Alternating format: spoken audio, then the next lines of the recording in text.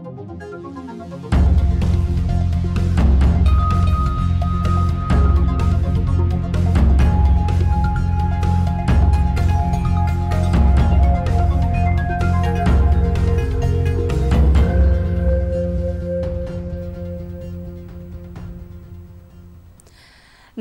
यो news 24 television prime time न्यूजमा स्वागत छ। विश्वभर फैलिएको कोरोना भाइरसबाट नेपाल पनि अछुतो छैन। संक्रमितको संख्या नेपालमा पनि 75 पुगेको छ। तर डिस्चार्ज गरिएका 2 जनामा संक्रमणको आशंका देखिएसँगै पुनः अस्पताल भर्ना गरिएको छ। उता विश्वभर कोरोनाबाट मृत्यु हुने नेपालीको संख्या पनि 73 पुगेको छ। बेलायत सबैभन्दा बढी आक्रान्त हुँदा अमेरिकामा पनि यो दर बढिरहेको छ। कोरोनाको कहरका बीच राष्ट्रपति विद्यादेवी भण्डारीले संसदको अधिवेशन आह्वान गर्नुभएको छ। लकडाउनका बीच बैठक सञ्चालन गरिने हुँदा सचिवालयले जोखिम न्यूनीकरणको उपाय अपनाएको छ। यसअघि जस्तो सांसदहरूको बसाई एकसाथ हुने छैन। सामाजिक दूरी कायम हुने गरी सिट प्लानिङ गरिएको छ। बढीमा 2 र कम्तीमा 1 कुर्सी बीचमा राखी खाली हुने गरी सांसदहरू बस्नेछन्। यी बाहेक स्पोर्ट्स र इन्टरनेशनल न्यूज पनि लिएर आएका छौं। तर त्यसअघि प्राइम टाइम न्यूजका हेडलाइन्स। नेपालमा कोरोना भाइरसबाट संक्रमित हुनेको संख्या 75 पुग्यो। निको भएका 2 जना पुनः अस्पताल भर्ना। विश्वभर 73 नेपालीको मृत्यु।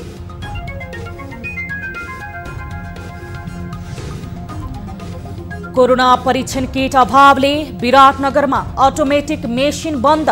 भैरवामा पनि किट र केमिकल अभाव।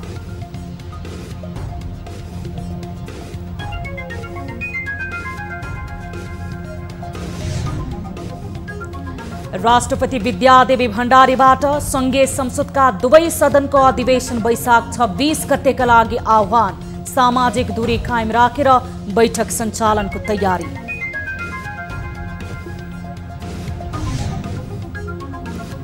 नेकपाको विवाद तत्कालका लागि मत्थर। नेपाल पक्ष स्थायी कमिटिको प्रतीक्षामा। महासचिव भन्छन् प्रधानमन्त्रीको राजीनामाको च्याप्टर क्लोज। त्यही अनुसार आत्मालोचित हुँदै अगाडि बढ्ने। र साउदी अरेबियाले कटौती गर्यो बजेट। प्रमुख श्रम गन्तव्य नै सङ्कटमा। नेपालमा बेरोजगारी भयावह बन्दै।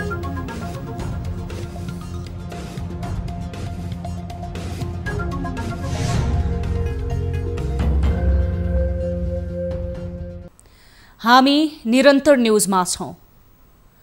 सुरुमा कोरोना भाइरसको प्रभाव सम्बन्धी प्रसंग।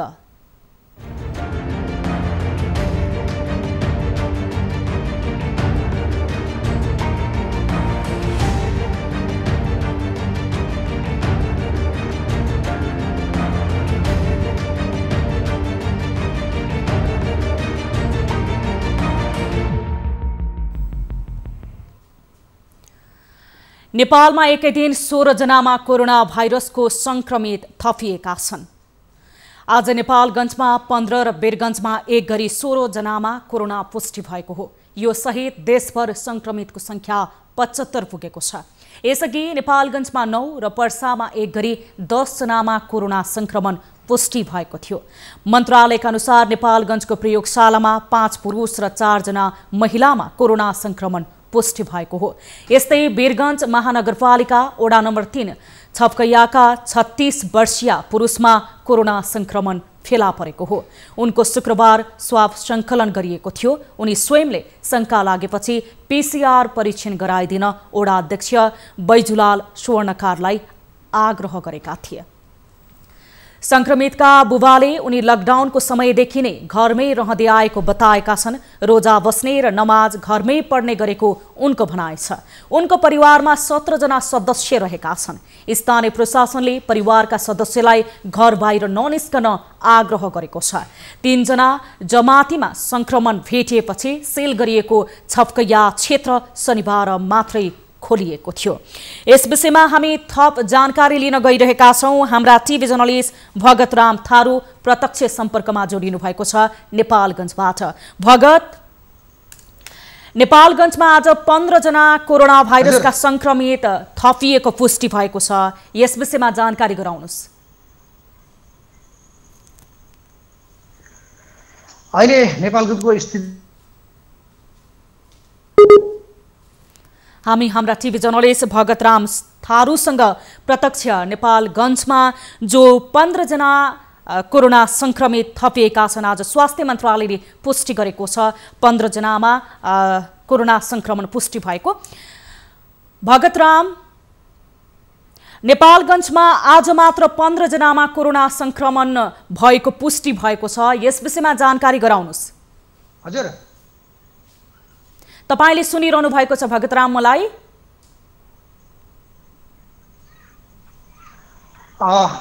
शुक्रबार जुन हजुर हजुर सुनिरहेको छु। हेलो, जानकारी गराउनुस् भगतराम। शुक्रबार जुन 60 वर्षीय पुरुषमा एकजना कोरोना पोजिटिभ देखिएको थियो, शुक्रबार जुन 60 वर्षीय पुरुषमा एकजना कोरोना पोजिटिभ देखिएको हाम्रा टिभी जर्नलिस्ट भगतराम थारू प्रत्यक्ष सम्पर्कमा जोडिएर यस विषयको विस्तृत जानकारी गराउन गइरहनु भएको थियो। प्राविधिक कारणले सायद इन्टरनेटको सहज मात्रामा त्यहाँ पहुँच नपुगेको कारणले गर्दा हामीले विस्तृत जानकारी गराउन सकेनौँ। हामी पूर्ण प्रयास गर्नेछौँ हाम्रा टिभी जर्नलिस्ट भगतराम थारूसँग। अब बाँकी न्युज। कोरोनाको उपचारपछि निको भएको भन्दै नारायणी अस्पतालबाट डिस्चार्ज गरी घर पठाइएका कोरोनाका संक्रमित मध्ये 2 जनालाई फेरि अस्पतालमा ल्याएर भर्ना गरिएको छ। नारायणी अस्पतालबाट वैशाख 14 गते डिस्चार्ज गरिएका 4 मध्ये 2 संक्रमितलाई हप्ता दिनपछि फेरि नारायणी अस्पतालमा ल्याएर भर्ना गरिएको हो। वैशाख 14 गते डिस्चार्ज गरी घर पठाइएका रौतहटको ईशानाथ नगरपालिका 8 का 19 वर्षीय किशोरलाई शनिबार राति र भारत उत्तर प्रदेशका 41 वर्षीय जमातीलाई आजै नारायणी अस्पताल भर्ना गरिएको हो। अस्पतालबाट डिस्चार्ज गरिएका दुवैको स्वास्थ्यमा केही समस्या देखिएपछि थप अनुसन्धानका लागि अस्पतालमा ल्याइएको र दुवैको स्वाब पूर्ण परीक्षणका लागि काठमाडौँको राष्ट्रिय जनस्वास्थ्य प्रयोगशालामा पठाइएको छ। रौतहटका अन्सारीलाई उनको घरबाटै र भारत उत्तर प्रदेशका जमातीलाई भने वीरगञ्ज 2 छपकैयाको एती मखाना नजिकैको घरबाट आइतबार दिउँसो अस्पताल ल्याइएको हो। अस्पतालबाट वैशाख 14 मा डिस्चार्ज गरिएका 3 भारतीयलाई लकडाउनमा नाकाबन्द रहेकाले भारत नपठाई वीरगञ्ज 2 छपकैयाको एतिम खाना नजिकैको एक घरमा राखिएको थियो। रौतहटका अन्सारीलाई वैशाख 1 मा संक्रमण पुष्टि भएपछि वैशाख 2 गते नारायणी अस्पतालमा भर्ना गरिएको थियो। 3 भारतीय जमातीलाई भने चैत 30 गते वीरगञ्ज 2 छपकैयाको मस्तिजबाट अस्पतालमा ल्याइएको थियो। काठमाडौँको राष्ट्रिय जनस्वास्थ्य प्रयोगशालाले अन्सारी र 3 भारतीय जमाती गरी 4 जनाको तेस्रो वैशाख 4, चौथो वैशाख 8 र 5औं वैशाख 12 गते पीसीआर परीक्षणको रिपोर्ट नेगेटिभ पठाएपछि 4 जनालाई वैशाख 14 गते डिस्चार्ज गरी पठाएको थियो। तर शंका लागेर राष्ट्रिय जनस्वास्थ्य प्रयोगशालामै फेरि क्रस चेक गर्दा ती 4 जना मध्ये 2 जनाको रिपोर्ट पोजिटिभ देखिएको थियो। त्यसपछि अस्पतालका स्वास्थ्यकर्मीले गत बुधबार अन्सारीको घरमै पुगेर उनको स्वाब सङ्कलन गरी काठमाडौँ पठाएका थिए।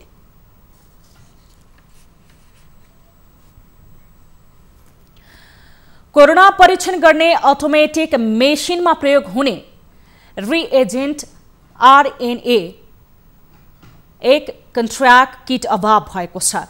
कोशी अस्पतालले 2 पटक स्वास्थ्य तथा जनसङ्ख्या मन्त्रालयलाई पत्र लेखिसके पनि मन्त्रालयले किट नपठाउँदा अस्पतालको परीक्षणमा समस्या भएको हो।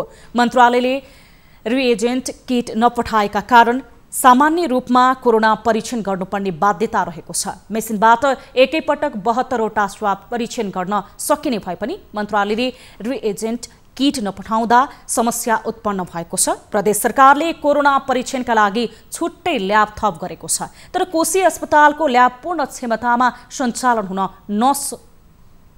सकेको छैन। प्रदेश 1 मा मात्र 31 जना कोरोना संक्रमित रहेका छन्। संक्रमण देखिएको स्थानमा परीक्षणको दायरा बढाउनु पर्ने पनि रिएजेन्ट अभावमा सङ्कलन भएका स्वाबको परीक्षण पनि ढिलो भइरहेको छ। कोशी अस्पतालले हालसम्म 641 जनाको स्वाब परीक्षण गरेको छ। रूपन्देहीको भैरवा स्थित प्रदेशको जनस्वास्थ्य प्रयोगशालामा किट अभावका कारण कोभिड-19 को PCR जाँच रोकिएको छ। भाइरस जाँचका लागि आवश्यक पर्ने RNA कन्ट्र्याक्ट किट सकिएपछि आइतबारदेखि PCR टेस्ट रोकिएको थियो। रूपन्देहीको कोटहीमाई एका कोरोना संक्रमित युवाको दाई र साथीको परिवारका 10 जनाको परीक्षणसँगै किट सकिएको हो। चैत 23 गतेदेखि सञ्चालनमा आएको प्रयोगशालामा हालसम्म 334 जनाको कोरोना परीक्षण भएको छ। प्रादेशिक प्रयोगशालामा भैरवा, भेरी अस्पताल, नेपालगञ्ज, राप्ती स्वास्थ्य विज्ञान प्रतिष्ठान दाङमा पनि गरी प्रदेश 5 का 3 वटा प्रयोगशालामा दैनिक सरदर 20 जनाको PCR परीक्षण हुने गरेको छ। प्रदेश 5 मा भारत सहित विभिन्न मुलुकबाट 2 लाख भन्दा बढी नेपाली स्वदेश फर्किएका छन्। उनीहरू मध्ये 2.5% को मात्रै कोरोना परीक्षण गरिएको छ। हालसम्म प्रदेशमा PCR र RDT गरी 5000 जनामा परीक्षण गरिएको छ।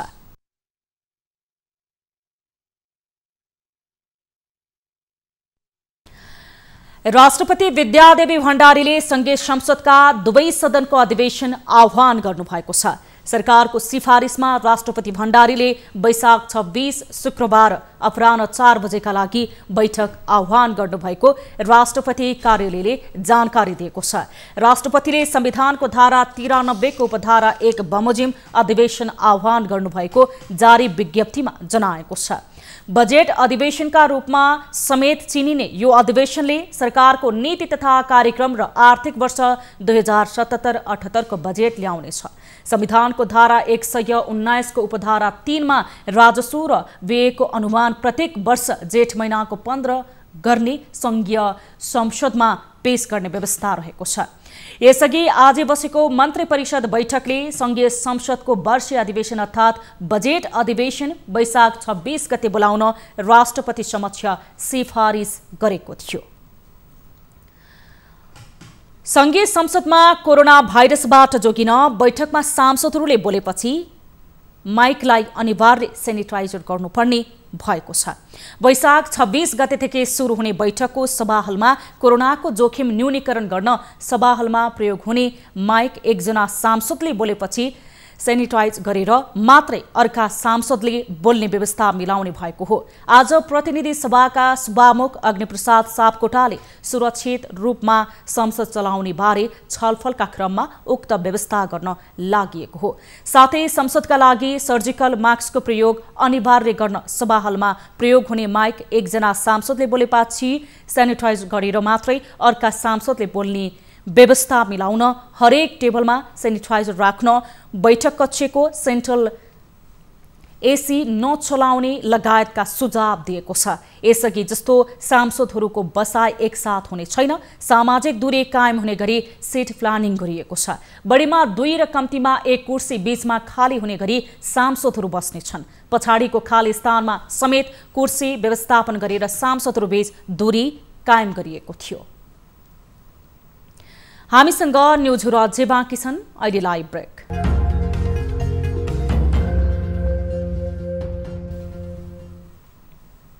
हामी निरन्तर न्युजमा छौं। कोरोना संक्रमणको महासंकटमा सत्तारूढ नेपाल कम्युनिस्ट पार्टीमा पनि संकट देखियो। तर शनिबार बसेको सचिवालय बैठकले भने विवाद अन्त्य गर्दै तत्कालका लागि नेकपाको संकट टारेको छ। प्रधानमन्त्रीको राजीनामासम्म मागिएपछि नेकपा फुटको संघारमा पुगेको लख काट्ने पनि धेरै थिए। अन्ततः नेताहरूले आत्मआलोचना गर्दै स्थायी कमिटी बैठक बोलाउने निर्णय भएपछि नेकपा विवाद हाललाई सामसुम भएको छ। एक रिपोर्ट। शनिबार नेकपाका नेताहरू दिनभर दौडधुपमा रहे। प्रधानमन्त्री समेत रहनुभएका पार्टी अध्यक्ष केपी शर्मा ओलीले अर्का अध्यक्ष पुष्पकमल दाहाल सहित वरिष्ठ नेता माधव नेपाल र सचिवालय सदस्य वामदेव गौतमसँग अलग अलग छलफलमा जुटे। सचिवालय बैठकको ठीक अगाडि प्रधानमन्त्रीले राष्ट्रपति विद्यादेवी भण्डारीसँग समेत भेट गरे। औपचारिक रूपमा यो भेटलाई सरकार प्रमुख र राष्ट्र प्रमुखको नियमित भेटका रूपमा अर्थ्याइए पनि कतिपयले पार्टीगत भेटघाटकै रूपमा व्याख्या गरेका छन्। दिनभर लगातार भएका छलफलहरूपछि बसेको नेकपा सचिवालय बैठकले मुख्यतः 3 वटा निर्णय गर्यो। अध्यक्ष द्वयसहित नेताहरूबाट आत्मालोचना, स्थायी कमिटी बैठक वैशाख 25 गते बोलाउने, वामदेव गौतमलाई उपयुक्त समयमा प्रतिनिधि सभामा सहभागी गराउने यी औपचारिक निर्णय हुन्। विवाद मिलाउन भएका एक्सर्साइजहरू हेर्दा धेरै विषयमा द्विपक्षीय त्रिपक्षीय सहमतिहरू भएको बताउनेहरू पनि उत्तिकै छन्। 20 जना स्थायी समिति सदस्यहरूले हस्ताक्षर गर्दै नेतृत्वलाई बैठक बोलाउन दबावसम्म दिएका थिए। अब वैशाख 25 गते बस्ने भनिएको स्थायी कमिटीमा के होला? वरिष्ठ नेता माधव नेपालको असन्तुष्टि हेर्दा स्थायी कमिटीमा चर्काचर्की हुने निश्चित छ।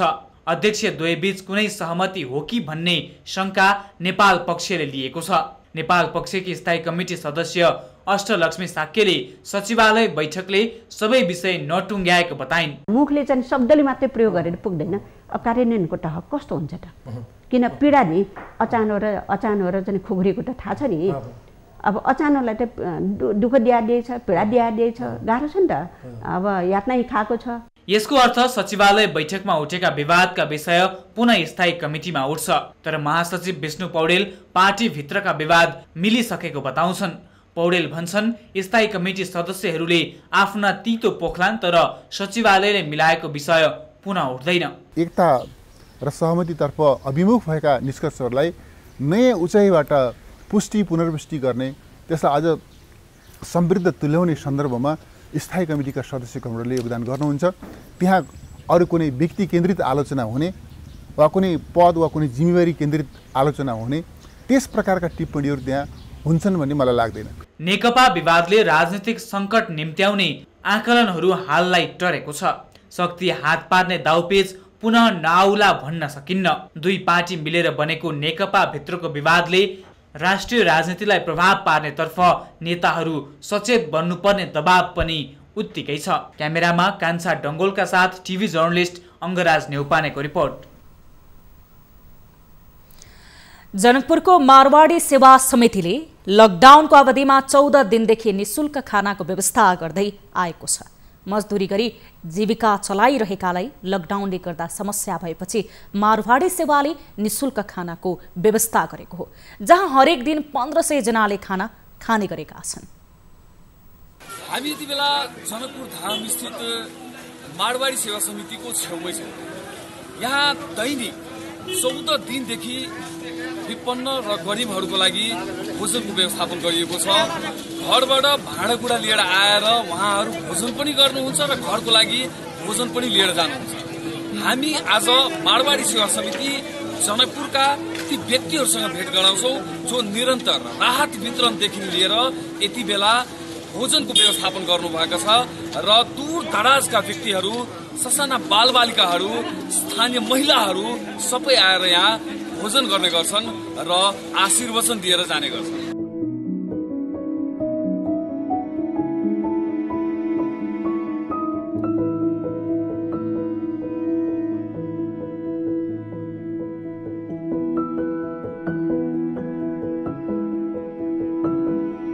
हामीले भोजन सामग्री तयार पारेर यहाँ आउनेहरूलाई बिहान 11 बजेदेखि 1 बजेसम्म भात, दाल, तरकारी, अचार वितरण गरिरहेका थियौँ। यसै बिचमा जानकी नवमी पर्यो र त्यो दिन हामीले पुरी, तरकारी, हलुवा र अचार वितरण गऱ्यौँ।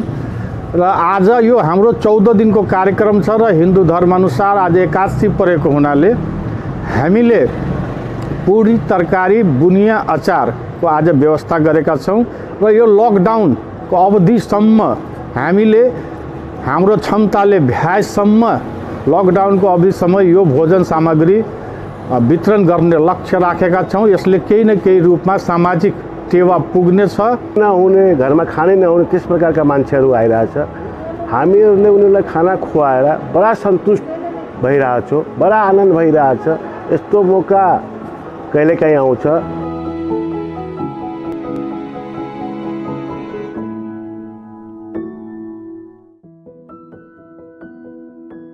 विपदको बेलामा युवा मञ्चले सेवा गर्न मौका पाएकोमा अत्यन्तै खुसी भएको छु र पुरै समाजको योगदान हुनका साथ हाम्रा युवा साथीहरूको पनि अत्यन्तै योगदान छ। यसले हामीलाई हाम्रो समाजको प्रति अझै क्रियाशील हुन हामीलाई प्रेरणा दिलाइरहेको छ। आज एकादशी माडवाडी सेवा समितिमा नवमीका दिन अथवा एकादशीका दिन विधिपूर्वक प्राण प्रतिष्ठा गरेर पूजाआजा पनि गर्ने गरिन्छ र आज एकादशीको दिन भएको हुनाले अन्न बन्दैन, भात बन्दैन। त्यही भएर यहाँ विपन्न परिवारहरूको लागि यति बेला पुरी र बुनिया तरकारी र अचारको व्यवस्थापन गरिएको छ। न्युज 24 टेलिभिजनको लागि जनकपुरबाट घनश्याम कुमार मिश्र। अब स्पोर्ट्स न्यूज।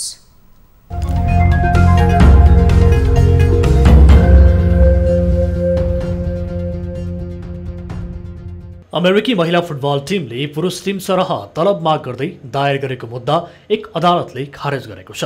महिला फुटबलरले आफूहरूलाई पुरुषभन्दा कम तलब दिएको भन्ने दावी न्यायाधीशले अस्वीकार गरिदिएका हुन्। अमेरिकी महिला फुटबल टिमका 28 जना खेलाडीले US सकर महासंघलाई विपक्षी बनाएर गत वर्ष मुद्दा दायर गरेका थिए।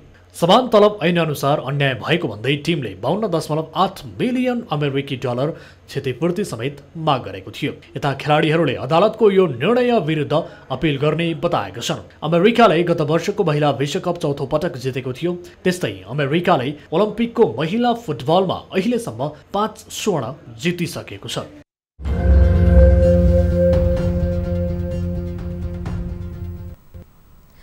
अब इन्टरनेशनल न्यूज।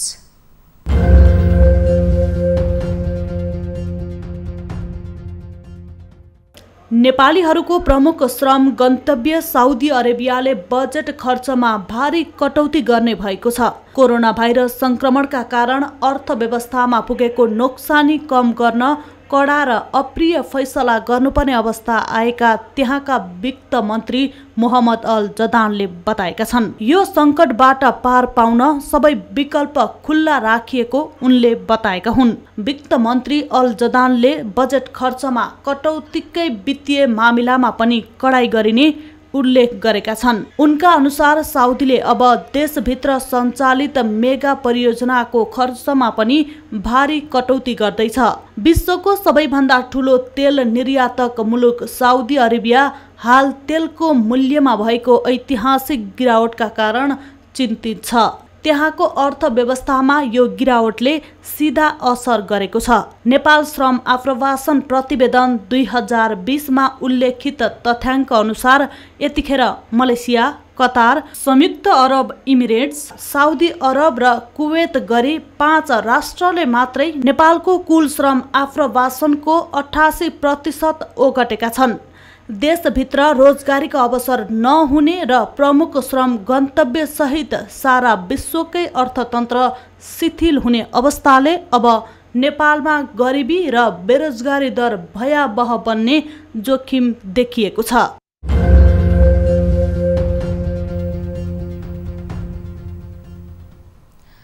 अब सुरेन्द्र कटेलका साथमा फटाफट न्यूज।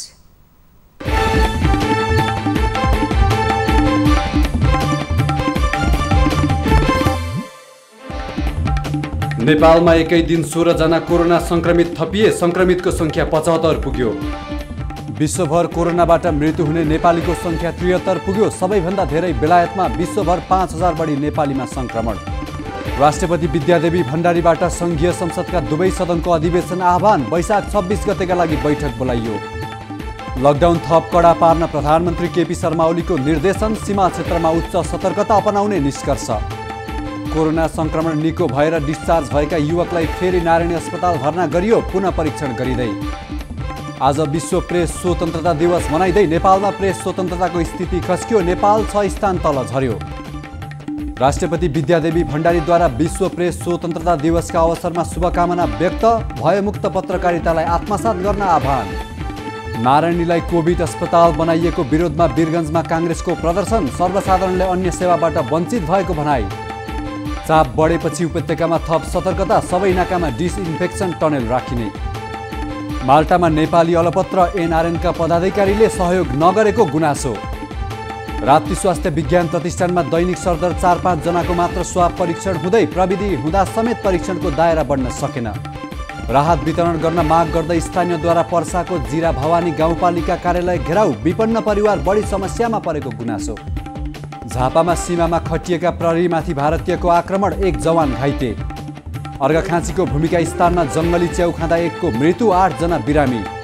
कोरोनाका कारण पुनर्निर्माण ठप्प, समय र लागत दुवै प्रभावित।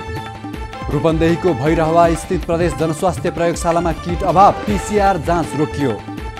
नेपाल चिकित्सक सङ्घ कोशी शाखाद्वारा चिकित्सकलाई ज्याकेट वितरण, 300 चिकित्सकलाई वितरण। भैरहवा स्थित बिउ बिजन कार्यालयमा निर्माण गरिएको कोरोना प्रयोगशालामा केमिकल अभाव, प्रयोगशाला बन्द हुने अवस्थामा। उत्तर र दक्षिण कोरियाको सीमामा गोली हानाहान, आक्रमणमा कसैको मृत्यु नभएको दाबी। कोरोना भाइरसको नयाँ हटस्पट बन्दै रुस, एकै दिन 10,000 बढी सङ्क्रमित। भारतमा श्रमिक विशेष रेल सेवाको निर्देशिका जारी, कामदारहरूले आवतजावत गर्न पाउने। भारतमा कोरोनाबाट 1300को मृत्यु, 40,000 सङ्क्रमित। खाना र पानीको अभावलाई लिएर भेनेजुएलाको कारागारमा हिंसा, 46 जनाको मृत्यु, 60 बढी घाइते। र विश्वभर कोरोनाबाट मृत्यु हुनेको सङ्ख्या 2,44,000 नाग्यो। अमेरिकामा मात्र सङ्क्रमित सङ्ख्या 11 लाख बढी।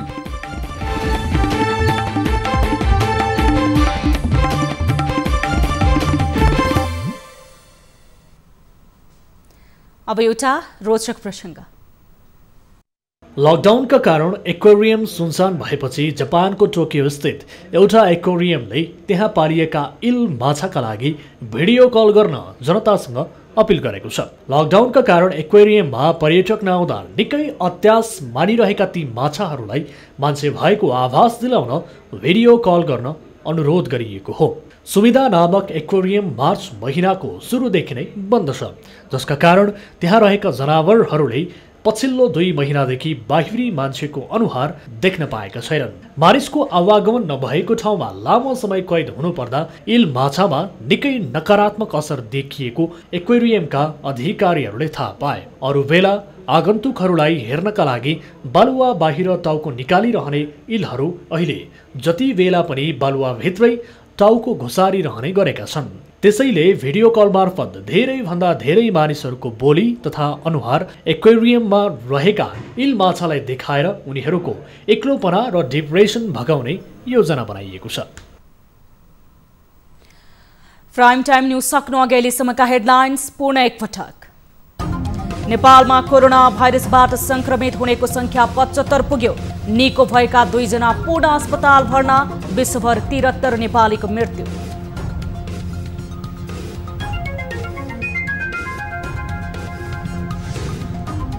कोरोना परीक्षण किट अभावले विराटनगरमा अटोमेटिक मेसिन बन्द, भैरवामा पनि किट र केमिकल अभाव।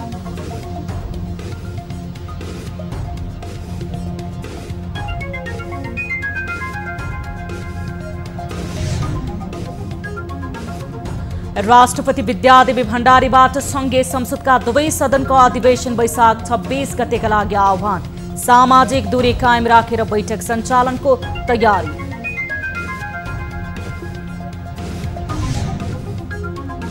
नेकपाको विवाद तत्कालका लागि मत्थर, नेपाल पक्ष स्थायी कमिटिको प्रतीक्षामा, महासचिव भन्छन् प्रधानमन्त्रीको राजीनामाको च्याप्टर क्लोज। पनि त्यही अनुसार आत्मालोचित हुँदै अगाडि बढ्ने।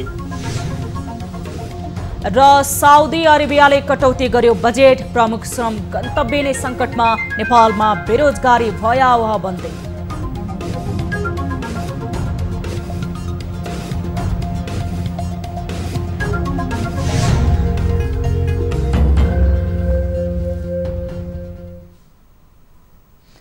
प्राइम टाइम न्यूज हरिलाई यति नै। जाँदा जाँदै गाली र तालीका लागि हाम्रो प्रश्न, चुनावमा हारेका पात्रलाई प्रधानमन्त्री बनाउने ताजा राजनीतिक प्रस्तावलाई तपाईँ गाली दिनुहुन्छ कि ताली? अन्तिम नतिजा यसपछिको कार्यक्रम सीधा कुरा जनतासँग हेर्न सक्नुहुनेछ।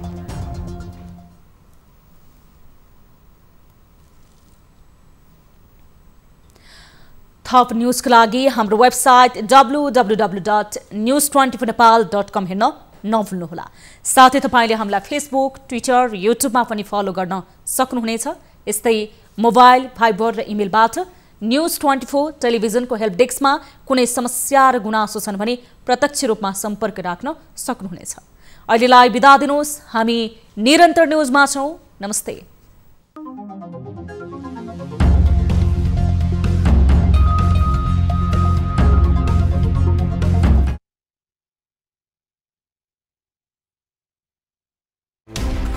कोरोनाले सिर्जना गरेको संकटमा पल पलका न्यूज अपडेट र हर क्षेत्रको कभरेजका लागि न्यूज 24 नेपाल युट्युब च्यानललाई सब्स्क्राइब गर्नुहोला।